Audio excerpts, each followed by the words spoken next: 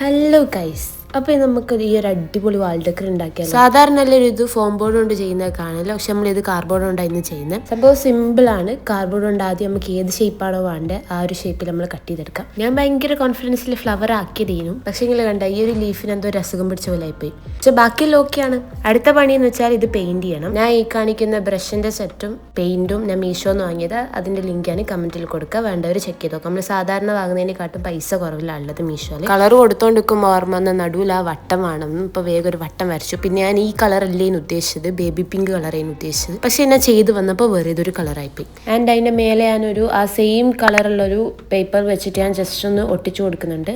കാരണം വേറെ ഒന്നും കൊണ്ടല്ല, ഈ കാർബോണിൻ്റെ ലൈന് സാധനം കാണും നമ്മൾ കളർ കൊടുത്താൽ, അപ്പോൾ അതൊരു വൃത്തികേടായിരിക്കും.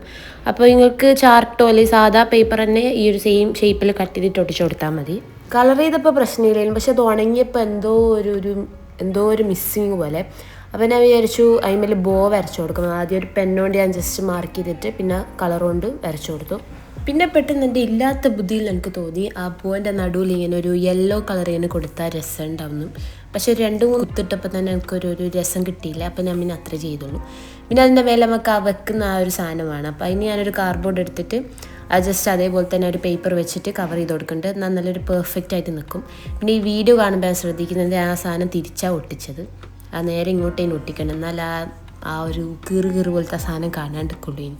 സാരമില്ല. ഇനി ഞാനൊരു പശ വെച്ചത് ഒട്ടിച്ചു. ആൻഡ് അതിന് ഞാൻ സ്റ്റാൻഡ് പോലത്തെ ഒരു സാധനം വെച്ച് കൊടുത്തിട്ടുണ്ട്. കാരണം ഇത് ഞാൻ ഫെവിക്കോൾ കൊണ്ട് ഒട്ടിക്കുന്നത്, അതുകൊണ്ട് അത് തീരെ നിൽക്കുന്നില്ല. ഇതാണ് നമ്മളെ ഫൈനൽ ആ സാധനം. സംഭവം അടുത്തുനിന്ന് കാണുമ്പോൾ വലിയൊരു ഇതില്ലെങ്കിലും ദൂരെ നിന്നാണ് നല്ല അടിപൊളിയുണ്ട്. അപ്പോൾ ഇഷ്ടപ്പെട്ടാൽ ലൈക്ക് മറക്കണ്ട. അപ്പം ശരി എന്നാൽ.